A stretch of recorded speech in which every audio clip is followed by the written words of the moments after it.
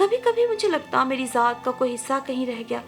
میں اپنے کمرے میں ایزی چیئر پہ سر ہاتھوں میں تھامے بیٹھی اپنے آپ میں رہنے کی بھرپور کوشش کر رہی تھی۔ آج بہت دنوں بعد میں نے اپنے گزرتے دنوں کا تجزیہ کیا اور آنے والے دنوں کے بارے میں کچھ تہیہ کیا۔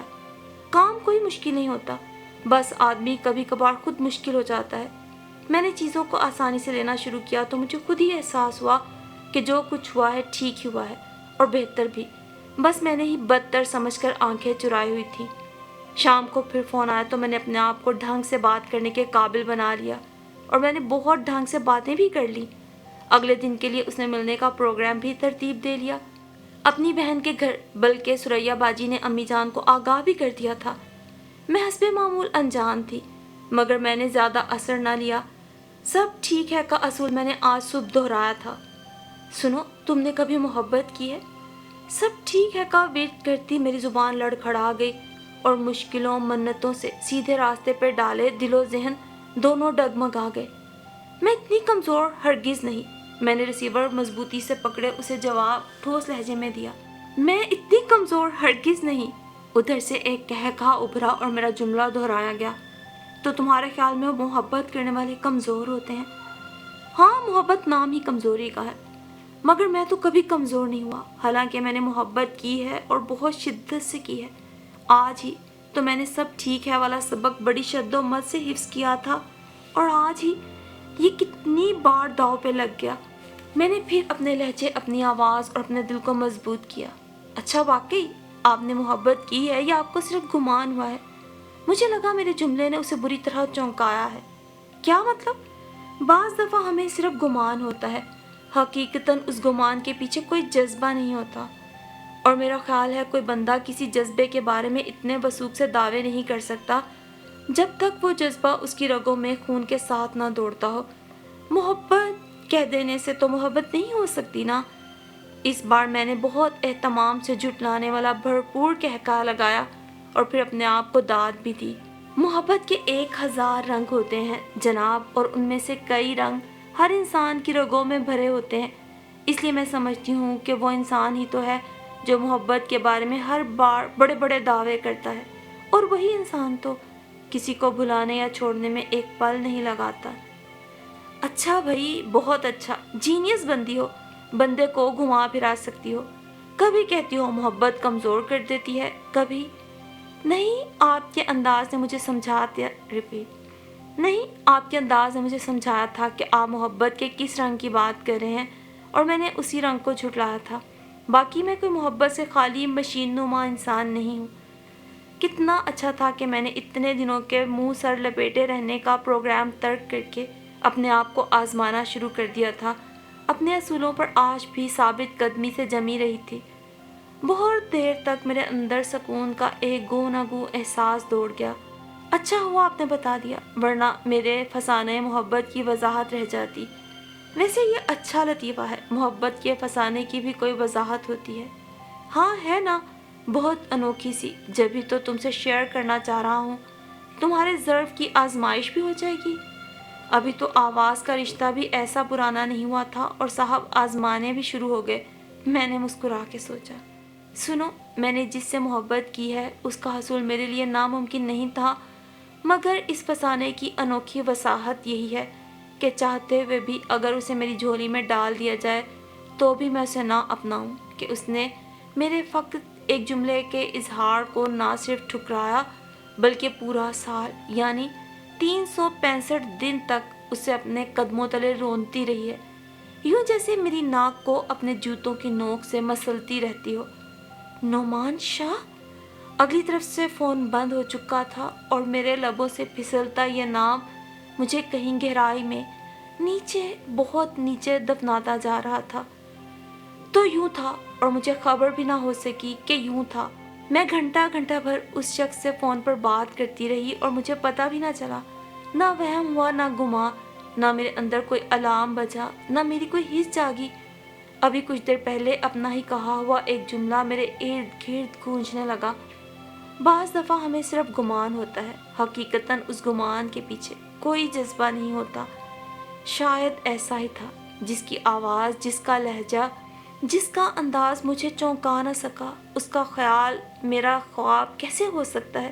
بھلا یہ محبت کیسے ہو سکتی ہے جس کے لیے میں اتنے سال سے اپنے اندر ہی اندر گھل رہی ہوں؟ یہ یقیناً گمان تھا، اور میری زندگی کے اتنے بے حساب دن شاید صرف ایک گمان کی نظر ہو گئے، اور اب جانے اگلی سحر کیا دکھائے۔ میں نے کبھی یوں نہیں سوچا تھا کہ ایسا بھی ہو سکتا ہے۔ میں شاید تھوڑی سی بھی خوش فہم نہیں تھی، اور یہ تو میں نے کبھی چاہا بھی نہیں تھا۔ معجزے کے طور پہ بھی میں نے اسے پانے کی تمنا نہیں کی تھی، مگر معجزہ ہو گیا تھا۔ مگر کیا مجھے قبول تھا؟ نعمان شاہ، وہ نعمان علی کے نام سے میرے گھر میں متعارف ہوا، میرے کانوں میں بھی یہ نام پڑا، اور کمال ہے کہ میں نے غور ہی نہ کیا۔ میرا خیال تھا اگر میں یوں ہی اکیلے کمرے میں پڑی اپنے آپ میں الجھی رہی تو پاگل ہو جاؤں گی۔ میں نے ٹی وی لاؤنج میں جھانکا، نائلہ فلم دیکھنے میں مصروف تھی۔ ریوائنڈ کرو، میں بھی دیکھوں گی۔ میرے ساتھ کا شوق ہی اسے بے پناہ جوش دلا گیا۔ بھلا میں کب ایسے مشغلوں میں اس کا ساتھ دیا کرتی تھی۔ وہ خوشی خوشی فلم ریوائنڈ کرنے لگی۔ رات کھانے کے بعد میں نے نہ صرف آئس کریم کھانے بلکہ بنا کر کھانے کا شوشہ چھوڑا۔ وہ حیرت و مسرت کے سمندر میں غوطہ زن میرا ساتھ دیتی رہی۔ سچ باجی، آپ کو کبھی کبھی جنون چڑھتا ہے۔ اب اسے کون بتاتا کہ جنون کبھی کبھی اترتا ہے۔ آئس کریم کے جمنے کے انتظار میں اس نے آدھی سوئی آدھی جاگی کیفیت میں بھی میرا ساتھ نہ چھوڑا۔ آئس کریم کے بعد میں نے اسے زبردستی چائے بھی پلا دی۔ وہ ہنستی مسکراتی پی گئی۔ اس کی نیند اڑ گئی تو اس نے مجھ سے ڈھیروں باتیں کی۔ میں کیا کر سکتی تھی؟ اس کے علاوہ کون تھا جو اس طویل اور اذیت انگیز رات میں میرا روزن بنتا؟ بستر پر گر کر تکیے سے لپٹ کر میں اپنے ساتھ اس اندھیری رات کو گزارنا نہیں چاہتی تھی۔ آدھی رات کے بعد نیند نے بمشکل احسان کیا، اور نائلہ کی باتوں نے بھی میرا بہت ذہن بٹا دیا تھا۔ صبح 10 بجے میں ناشتے کی میز پر آئی تھی تو عجیب منظر تھا۔ دادا جان غصے میں جانے کیا کہتے کہتے مجھے دیکھ کے خاموش ہو گئے، اور ابو، جن کی اس وقت گھر میں موجودگی ہی ایک حیران کن بات تھی، پھر ان کا پریشان انداز، دونوں ہاتھوں میں سر دیے وہ بالکل خاموش تھے۔